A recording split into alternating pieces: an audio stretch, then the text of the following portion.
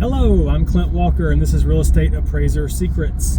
And today, I am going to encourage you to stop worrying about what is a bedroom. Now, this is maybe one of the most common questions that I get asked. I get a text at least once a week from an agent asking if a certain room rises to the level of a bedroom because they really want to throw an extra bedroom count into their listing.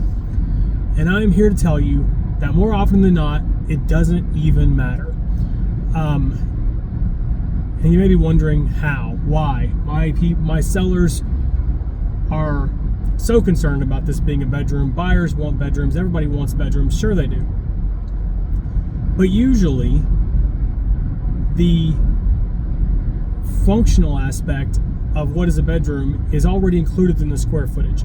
More often than not, in my assignments, in my appraisals, I'm not even adjusting for extra bedrooms. Now, sometimes they do matter. But what I want to encourage you to consider when you get asked this question from a seller, especially on the listing side, I want you to approach this thinking about the functionality of the space, okay? Now, there's a lot of different examples that I can throw out to you, and I'm going to throw out a few, okay? And some of these will be examples of when a bedroom is important, and some of these will be examples of when it's not. But I want you to think about the functional aspect here, and think about maybe what your particular buyer, or what a particular buyer in that home's market is looking for. So I'll start with some examples of when an extra bedroom is often important. So say you're dealing with a small house and you have 2 full bathrooms and 2 solid bedrooms, and then maybe a third room where that you're wondering, could this be a bedroom? Maybe it's a bedroom. The sellers are using it as a bedroom. Can I call it a bedroom? In that particular house, it might be important for that room to, that third room to be called a bedroom and to rise to the level of a bedroom. Why? Because of the functionality, because you've got 2 full bathrooms, okay? And so by modern standards, you can fit a number of people into that property, and the bathroom functionality enhances the bedroom functionality, okay? And so in that situation, it may be more valuable to have 3 bedrooms versus 2 bedrooms. So you might want to investigate that and make sure that you can call that third room a bedroom. Now let's say that house only has 1 bathroom. Certainly, it is not the end of the world if a house only has 1 bathroom, but I see it fairly commonly that in closed sales, that 1 bathroom suffers from what we in appraising call functional obsolescence.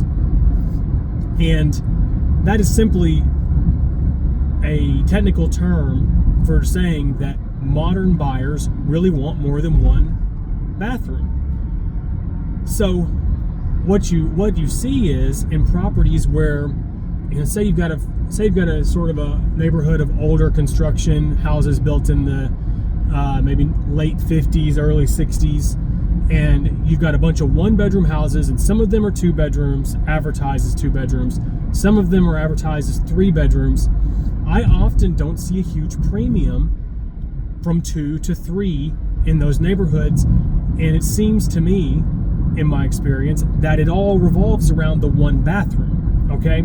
So you're worrying about the extra value of a bedroom, but it's really the bathroom, which just goes back to, humans living in a house, goes back to the bathroom holding that property back, not the number of bedrooms. On the flip side, I'll see neighborhoods where there are 2 bedrooms, 2 baths in a lot of homes, and then I see a 3-bedroom, 1-bath home, and that home will be the same price or the same value as the 2-bed, 2 baths, which sort of lends support to the idea that it's really the bathrooms that are they're sort of the mitigating factor, or the thing that's holding back the price potential or value potential of these properties. So that's one example. It's maybe the one that I like the most, because it seems to be the one where I see like real value differences most often, is in that older ranch style house, 2-bed, 2-bath, 2-bed, 1-bath, and then 3-1 to 3-2. All these, the various value differences. Now let's look at the flips on another example would be more modern construction, where you get into, look at modern builds. They're not really building 2-bedroom, 1-bath homes. They're not really building 3-bedroom, 1-bath homes anymore. And that's because these production builders, they've got their fingers on the pulse of buyer demand. So they're building 3-bed, 2-baths, 3-bed, 2.5 baths, more often is what I'm seeing. 4-bedroom, 2.5 baths. You'll see in modern construction these builders maintaining this ratio of bedrooms to bathrooms that they know modern buyers demand. As you get something less than that, you start to get functional obsolescence. You can start to get something that is not meeting the standards of modern buyers. So take these more modern constructions and the bedroom bath count. You could take 10 3-bedroom, 2.5 baths homes and compare them to 4 2-bedroom, 10 4-bedroom, 2.5 bath homes. And if they're all the same square footage, more often than not, you're not going to see a huge price difference in that. And that's partly can be because, especially with the modern construction, those 3-bed, 2.5 bath homes might have a bonus room, where in the 4-bedroom, 2.5 bath homes, the bonus room's now a bedroom. Okay, so a buyer is getting the same amount of house with just a difference in functionality that is sort of a personal preference. So they're not paying more or less because they're all getting the same house. It's just configured a little differently. And that really, I see a very similar thing in 4-bed to 5-bath and etc. Now, maybe you're listing a house in a subdivision or a certain market where it's obvious to you in looking at comps that the 5 bedrooms are bringing a premium over the 4 bedrooms. That could certainly be the case, because I also see it when you get into subdivisions where homes are on septic, and so maybe they're restricted as to how many bedrooms they can have, or they're building very large homes, and for a buyer market that maybe it's preferred by larger families. And so you get into these certain specific markets where buyer demand, again, wants a certain thing. They need 5 bedrooms because they've got multiple people living there, larger family dynamics. But you can always see this in the comps. If you pull a handful of comps and look at it, you'll see if the extra bedroom needs to bring more money. And then if you see that, that's when you go back into the house and start looking to see if you need to call an office space a bedroom or whatever. And if that's going to fly with your buyers. Ultimately, the buyers are the ones who have the last word on these issues. You can call every room in the house a bedroom, but if buyers and their agents walk through and start going, well, that's not a bedroom, and that's not a bedroom, and that's a closet, it's pointless, right? The house has only got as many bedrooms as it's got, and you only need to worry about as many bedrooms as your buyers demand in your market. So all that to say, don't sweat it so much.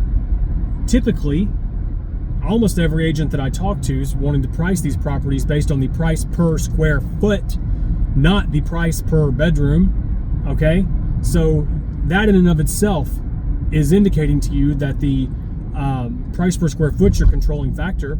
Now maybe you've got, again, back to that market where an extra bedroom is is in and of itself a valuable thing, and so that pushes you towards a higher price per square foot than not. That may be the case, but again, just look at your comps. Look and see if these things are relevant in your market. They're not necessarily. There is no rule of thumb. There is no standard to say a bedroom is always worth more. The only standard is, will buyers pay more for it? And if buyers will pay more for it, then the appraiser will see that and they'll give you more for it. But that's because you, the savvy agent, have already looked at comps and you know you can get more for it or demand more for it in your list price. Okay? So look at those comps. Let them be your guide. The comps are the guide in all things.